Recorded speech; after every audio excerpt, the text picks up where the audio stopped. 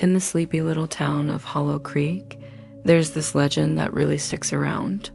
An ominous shadow, one that has seeped into the very foundations of the community and chilled the hearts of its residents for generations. At the heart of this legend stands the Ravenwood Theatre, a once grand structure now left to decay. Its ornate facade crumbling and its vibrant history fading into obscurity. The theater is more than just an abandoned building. It is a place whispered about in hushed tones, a place rumored to be irrevocably cursed. The local folklore is stark and terrifying. Anyone who dares to cross its threshold at the stroke of midnight is never seen again, vanishing without a trace, as if swallowed whole by the darkness within. This sinister reputation has kept most townspeople at a safe distance, their fear and superstition forming an invisible barrier around the decaying playhouse. However, the recent and alarming spike in disappearances has drawn unwanted attention, transforming a local ghost story into a pressing and frightening reality. Into this atmosphere of fear and mystery steps Emily Carter, a determined and ambitious journalist with a reputation for tackling stories that others would shy away from.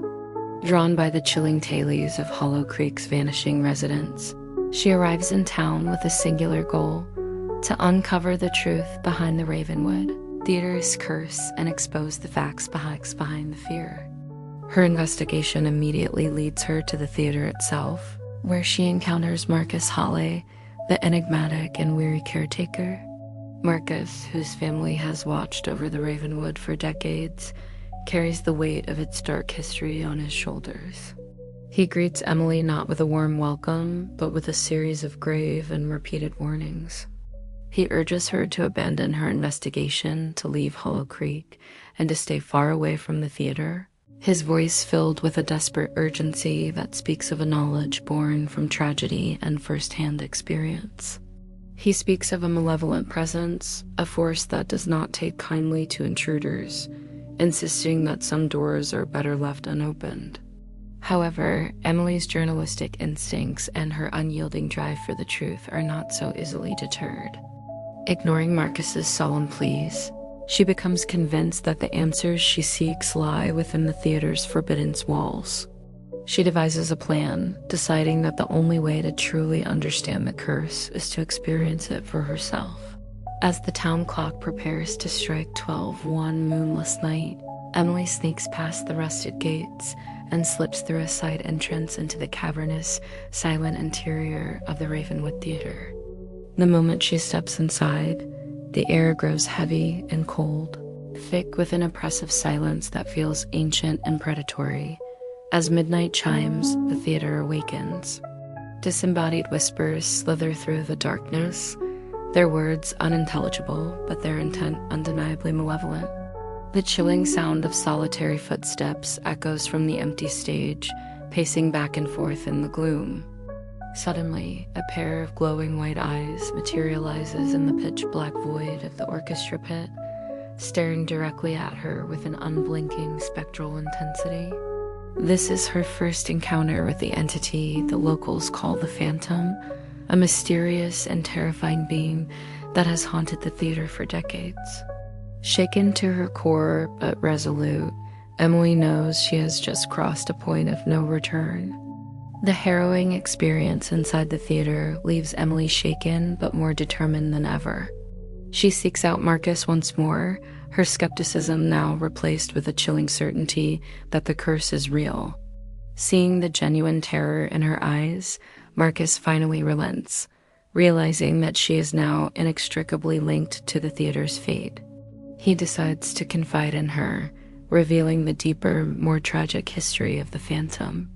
He explains that the malevolent entity is widely believed to be the restless spirit of Adrian Vale, a brilliant but troubled actor who was the star of the Ravenwood 50 years ago.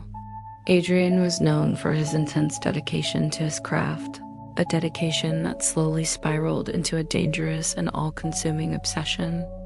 During his final performance, he became so lost in his role, that of a tormented, vengeful spirit, that the line between the character and the man blurred completely.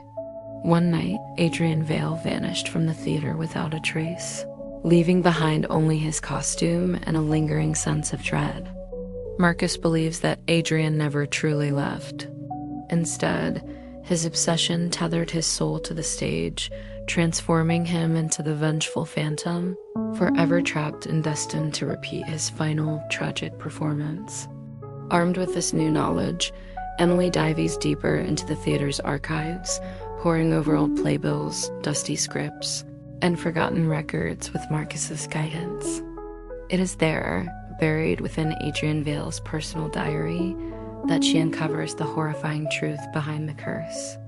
The disappearances are not random acts of violence. Adrian's spirit, now the Phantom, craves an audience. Anyone who enters the theater after the midnight hour is not killed or taken to another realm. They are ensnared by the curse, forced to become an eternal, silent spectator for the Phantom's unending performance. Their souls are bound to the velvet seats, trapped in a perpetual state of spectatorship, their presence feeding the Phantom's spectral ego and strengthening his hold on the physical world. The string of disappearances is, in fact, the Phantom's method of casting his unwilling audience, ensuring he never has to perform to an empty house again. Realizing the horrific fate that awaits anyone who falls victim to the curse, Emily and Marcus know they cannot simply walk away. They must find a way to break the cycle and free the souls trapped within the Ravenwood. Their research points to a desperate, last-ditch solution. The source of the curse is the stage itself, the very spot where Adrian Vale gave his soul to his final role. To break the curse, they must destroy its origin. Armed with gasoline and a shared resolve, they return to the theater for a final confrontation. As they douse the ancient wooden stage, the Phantom manifests, no longer just a pair of glowing eyes, but a full, terrifying apparition enraged by their attempt to bring down his curtain. A desperate struggle ensues, but they manage to ignite the flames.